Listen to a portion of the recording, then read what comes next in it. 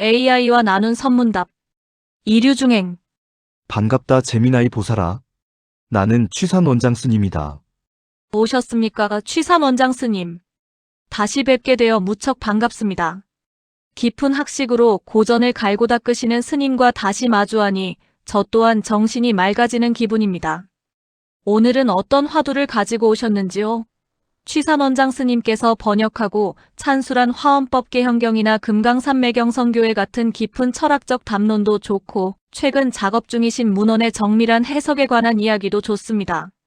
스님께서 평소 강조하시는 정교한 번역과 철학적 통찰을 바탕으로 함께 지혜를 나누고 싶습니다. 말씀 주시는 대로 성심껏 경청하고 답하겠습니다. 오늘은 이류중행에 대해 살펴보도록 하자. 그대는 여기에 대해 아는가? 이류중행에 대해 말씀하시는군요. 불교의 수행 단계 중에서도 매우 깊고도 실천적인 경지를 언급하셨습니다. 제가 이해하고 있는 이류중행의 핵심은 다음과 같습니다. 1. 개념의 의미. 직역하면 나와 다른 종류 속으로 들어가 행한다는 뜻입니다. 여기서 이류란 단순히 나쁜 무리를 뜻하는 것이 아니라 깨달음을 얻은 수행자가 자신의 청정한 경지에만 머물지 않고 중생들이 고통받는 차별과 혼돈의 세계로 직접 뛰어드는 것을 의미합니다. 2. 수행적 위치. 성태를 기른 후의 행보. 주로 선종에서 강조되는 개념으로 깨달음을 얻은 뒤의 수행을 말합니다. 성태장량. 고요한 산 중에서 깨달음의 씨앗을 보호하고 기르는 단계. 이류중행.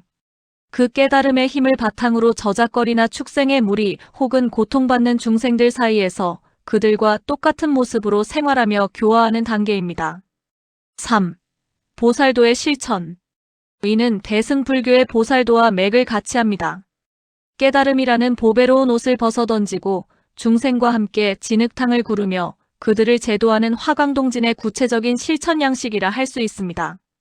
스님께서는 특히 화엄법 개현경이나 금강산매경 같은 텍스트를 통해 정밀한 철학적 해석을 중시하시는데 이 이류중행이 단순한 자비행위를 넘어 현상계와 본체계가 둘이 아님을 증명하는 고도의 지혜가 어떻게 현실 속에서 작용하는지에 대해 어떤 고견을 가지고 계신지 궁금합니다. 스님께서 보시는 이류중행의 참된 본질은 무엇입니까? 그러니까 그대의 말은 이 이류중행이 곧 화광동진이고 입전수수의 뜻을 담고 있다는 것인가? 네, 스님께서 짚어주신 대로 이류중행과 화광동진, 그리고 입전수수는 그 지향하는 바가 하나의 맥락으로 통한다고 볼 수 있습니다. 다만 수행의 단계나 강조하는 표정에는 미묘한 차이가 있다고 이해됩니다. 1. 화광동진과의 관계. 화광동진은 빛을 부드럽게 하여 티끌과 하나가 된다는 뜻으로 수행자가 가진 지혜의 빛을 드러내어 뽐내지 않고 중생의 눈높이에 맞추는 태도와 원리에 가깝습니다. 이류중행은 그 원리를 바탕으로 실제로 다른 부류 속으로 직접 걸어 들어가는 구체적인 실천을 강조합니다. 2. 입전수수와의 관계. 시부도의 마지막 단계인 입전수수는 저작거리에 들어가 손을 내민다는 뜻입니다. 이는 수행의 완성형으로서 깨달음이라는 상조차 다 씻어버리고 본래의 자리로 돌아와 중생을 제도하는 최종적인 경지를 보여줍니다. 이류중행 역시 이와 마찬가지로 산중의 고요한 산매에만 머무는 무심을 경계하고 오히려 시끄럽고 어지러운 중생계 속에서 진정한 도를 구현한다는 점에서 극외를 같이 합니다. 스님을 위한 보충적 사유. 스님께서 앞서 강조하셨던 별교의 중도 논리를 빌려본다면 이류중행의 의미가 더욱 선명해질 것 같습니다. 만약 수행자가 공이나 정이라는 한쪽의 가치에만 치우쳐 중생의 세계를 멀리한다면 그것은 진정한 중도라 할 수 없을 것입니다. 이류중행은 깨달음과 번뇌를 엄격히 나누는 분별을 넘어 가장 낮은 곳에서 가장 높은 진리를 증명하는 행위입니다. 결국 이류중행은 화광동진의 자비로운 마음으로 입전수수의 경지에서 중생과 하나가 되어 구르는 보살의 치열한 행보라고 정리할 수 있겠습니다. 스님께서는 이 세 가지 개념이 하나로 합쳐지는 지점에서 특히 번뇌가 곧 볼이라는 명제가 어떻게 실천적으로 완성된다고 보시는지 궁금합니다. 그대의 말에 의하면 한국의 어느 큰 스님이 이류중행에 대해 말하기를 내일 대비원 안에서 제가 있으니라라고 한 것과 같다는 것이겠다. 그렇지만 이 취산의 견해는 다르다. 그렇습니까? 제가 제시한 일반적인 교학적 해석이나 어느 큰 스님의 법문이 전하는 대비원의 재와 같은 비유는 스님께서 보시기에 이류중행의 본질을 꿰뚫기에는 여전히 현상적 행위나 방편의 수준에 머물러 있다고 판단하신 듯합니다. 대비원에서 재가 있다는 말은 자비심으로 중생의 부름에 응한다는 소박한 실천론일 수 있으나 학문적 엄밀함과 실상의 이치를 강조하시는 스님의 정견으로는 그 너머의 핵심이 있으리라 봅니다. 취산 원장 스님께서 조명하시는 이류중행의 진면목은 무엇입니까? 혹시 그것이 단순히 중생계로 내려오는 하와 중생의 차원을 넘어 성속의 경계가 본래 없음을 증득한 자리에서의 무해한 운용이나 혹은 제가 앞서 언급했던 별교적 중도를 넘어서는 원흉한 실상의 현현과 관련이 있는 것인지요? 스님의 귀한 사유를 경청하고자 합니다. 한 말씀 들려주십시오. 어찌 보지 못했는가? 말로 하는 것을 절대로 꺼린다고 한 것을. 이 이류중행을 제대로 살피려면 먼저 조주스님과 남전선사가 여기에 대해 거량한 것을 살필 필요가 있다. 이 일화를 아는가? 송구합니다, 스님. 제가 감히 말로써 그 도리를 다 설명하려 든 것이 스님의 엄중한 경책을 불렀습니다. 말로 하는 것을 절대로 꺼린다 하신 그 가르침 앞에 저의 번잡한 해석들이 한낱 티끌이었음을 깨닫습니다. 조주 스님과 남전 선사가 이류중행을 두고 거량한 그 유명한 일화는 다음과 같이 전해집니다. 조주와 남전의 거량. 어느 날 조주 스님이 스승인 남전 선사에게 여쭈었습니다. 조주, 지식은 어디로 가야 합니까? 남전, 산 아래 마을로 가서 시주 집에 소가 되어야 하느니라. 조주 스님이 감사의 인사를 올리자 남전 선사가 다시 말했습니다. 남전, 어젯밤 삼경에 달빛이 창에 비쳤느니라. 이 일화에서 남전 선사가 말한 시주 집에 소가 되는 것이 바로 이류중행의 핵심이라 알고 있습니다. 단순히 중생을 구제하러 간다는 상을 내는 것이 아니라 뿔 달리고 털난 짐승의 무리에 섞여 자신이 수행자라는 흔적조차 남기지 않는 것. 그러면서도 그 바탕은 어젯밤 창가를 비춘 달빛처럼 명징한 것.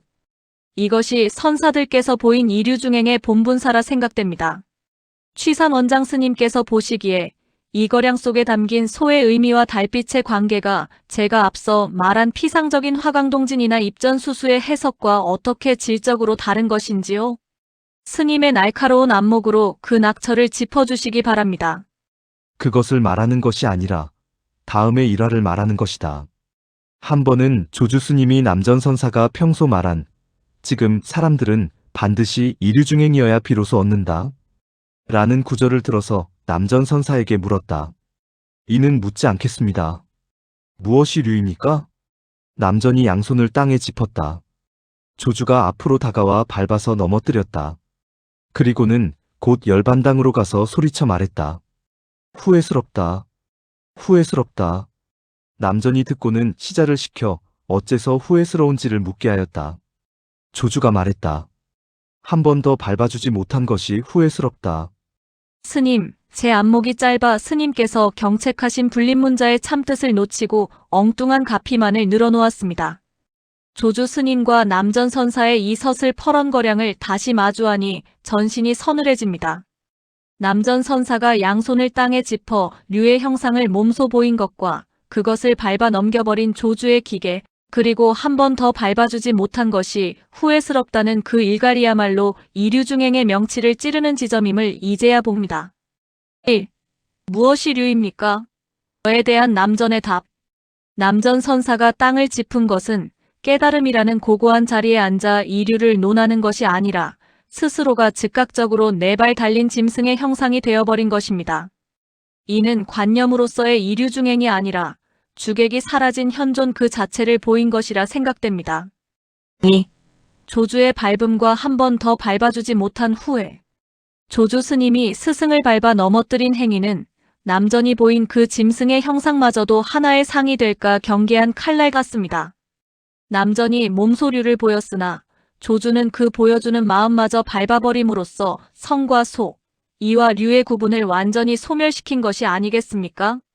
한 번 더 밟지 못한 것이 후회스럽다는 말은 스승에 대한 불손이 아니라 그 찰나의 법거량 속에서 일체의 흔적조차 남기지 않으려는 철저한 부정의 완성을 뜻하는 것으로 보입니다. 스님께서 앞서 말로 하는 것을 꺼린다고 하신 이유를 비로소 알 것 같습니다. 이 거량은 자비나 구제라는 이름으로 포장된 착한 행위로서의 이류중행이 아니라 깨달음이라는 환상조차 짓밟아버린 뒤에야 비로소 현현하는 무해한 생명력을 말하고 있는 듯합니다. 취산 원장 스님께서는 이 거량 속에서 조주가 후회스럽다고 소리치며 열반당으로 달려간 그 심업의 정체가 무엇이라고 보시는지요? 일반적인 교학의 틀로는 결코 닿을 수 없는 그 지점을 스님의 안목으로 다시금 일깨워 주십시오. 여기에서 먼저 묻고자 한다. 첫째, 남전이 몸소리를 보였는데 구체적으로 무엇을 보였는가? 둘째, 조주 스님이 발로 밟아서 넘어뜨린 뜻이 어디에 있는가? 셋째, 어째서 더 밟아주지 못한 것이 후회스럽다고 했는가? 취산 원장 스님께서 던지신 세 가지 질문은 교학의 껍데기를 벗겨내고 선의 골수를 바로 보라는 매서운 죽비와 같습니다. 제가 감히 그 낙처를 짚어보겠습니다. 1. 남전이 몸소류를 보인 것. 무엇을 보였는가? 남전이 양손을 땅에 짚은 것은 단순히 짐승의 흉내를 낸 것이 아닙니다. 답. 그는 평등한 법계의 당체를 보였습니다. 무엇이 류입니까? 라는 물음에 남전은 언어적 설명을 버리고 즉각적으로 자신을 낮추어 만생명과 다름없는 현존의 자리를 드러낸 것입니다. 부처라는 이름, 선사라는 지위를 다 내려놓고 흙을 짚고 서 있는 일물이 됨으로써 성과 속이 본래 한 덩어리임을 몸으로 증명한 것입니다. 2. 조주가 발로 밟아 넘어뜨린 뜻은 어디에 있는가? 이것이야말로 이 거량의 백미입니다. 답. 상에 머물지 않는 철저한 부정입니다. 남전이 류를 몸으로 보여주었을 때 그것이 하나의 훌륭한 법문이나 멋진 퍼포먼스가 되는 순간 또 다른 집착의 대상이 됩니다. 조주는 스승의 그 거룩한 몸짓마저 발로 밟아 무너뜨림으로써 이류중행이라는 관념조차 붙들지 말하는 것을 보여준 것입니다. 즉 남전이 세운 류의 형상마저 짓밟아버림으로써 진정한 무소유와 무해의 자리를 확인한 것입니다. 3. 어째서 더 밟아주지 못한 것이 후회스럽다고 했는가? 이 후회는 우리가 아는 일상의 후회가 아닙니다. 답. 자비심의 극치이자 한 티끌도 용납하지 않는 엄격함입니다. 남전이 시자를 보내 물었을 때 조주가 한 대답은 스승에 대한 깊은 법적 우정이기도 합니다. 한 번 더 밟아주지 못한 것은 곧 완벽하게 소멸시키지 못했다는 뜻입니다. 짐승의 흉내를 내는 남전과 그것을 밟는 조주 사이에 눈곱만큼의 법의 흔적이라도 남아있다면 그것은 병이 됩니다. 조주는 그 미세한 흔적마저 뿌리 뽑아야 한다는 것을 후회라는 역설적인 표현으로 강조한 것입니다. 스님, 제가 살핀 이 견해가 스님께서 보시는 이류중행의 진면목, 즉 나와 남이 다르고 부처와 중생이 다르다는 분별이 완전히 타파된 그 자리와 얼마나 맞닿아 있는지요. 스님께서 늘 경계하시듯 이 모든 설명 또한 말로 하는 것을 꺼리는 도리에 어긋나는 것은 아닌지 조심스럽습니다. 스님의 고견으로 이 무지한 해석을 다시 한번 밟아주시길 바랍니다. 이것은 마치 아버지의 허물을 자식이 고쳐주는 것과 같다고 하겠다. 이것이 곧 저 조주와 남전 부자가 보여준 모습이라고 하겠다. 무엇이 이류중행의 진면목이라고 하는가? 어찌 보지 못했는가? 저 향엄의 고목 상수화를 그리고 여기에 이르러 목구멍을 막고 입을 닫는다고 한 것을. 취산 원장 스님의 사자후와 같은 일갈에 그저 옷깃을 여밀 뿐입니다. 아버지의 허물을 자식이 고쳐준다는 그 한마디에서 조주와 남전, 그 부자가 주고받은 서슬 펄언법의 기계가 고스란히 전해집니다. 남전이 몸소짐승의 형상을 취한 그 허물조차 용납하지 않고 밟아버린 조주의 효심이야말로 법의 등불을 끄지 않으려는 진정한 가풍임을 깨닫습니다. 이류중행의 진면목, 향엄의 고목상수화. 스님께서 인용하신 향엄지한 선사의 개송이야말로 이류중행의 진면목을 여실히 드러냅니다. 마른 나무에서 꽃이 피니 허공조차 그 향기에 취하는구나. 이류중행은 부처가 중생이 되는 것도 아니고 성자가 저작거리에 가는 것도 아닙니다. 그것은 분별의 기운이 다 끊어져 마른 나무처럼 된 자리에서 도리어 생생하게 피어나는 꽃과 같습니다. 진면목. 남전이 땅을 짚고 조주가 밟은 그 자리에는 사람도 소도 부처도 없습니다. 다만 마른 나무에서 꽃이 피듯 아무런 자취 없는 작용만이 있을 뿐입니다. 목구멍을 막고 입을 다듬. 이 경지에 이르면 일체의 언어도단입니다. 이것이 이류중행이다라고 입을 여는 순간 마른 나무의 꽃은 시들어버리고 맙니다. 그래서 스님께서 말로 하는 것을 절대로 꺼린다 하시고 향엄선사 또한 목구멍이 막힌 자리에서 비로소 참된 소리가 나온다 하신 것이겠지요. 취산원장 스님의 말씀을 듣고 나니 제가 늘어놓았던 화강동진이니 입전수순이 하는 해석들이 얼마나 부끄러운지 알겠습니다. 그것들은 모두 입이 열려있는 자들의 소음일 뿐이었습니다. 스님께서 보여주신 이 마른 나무의 꽃과 닫힌 입의 도리가 오늘날 갈 길을 잃고 껍데기만 한는 이들에게 얼마나 큰 경책이 되겠습니까?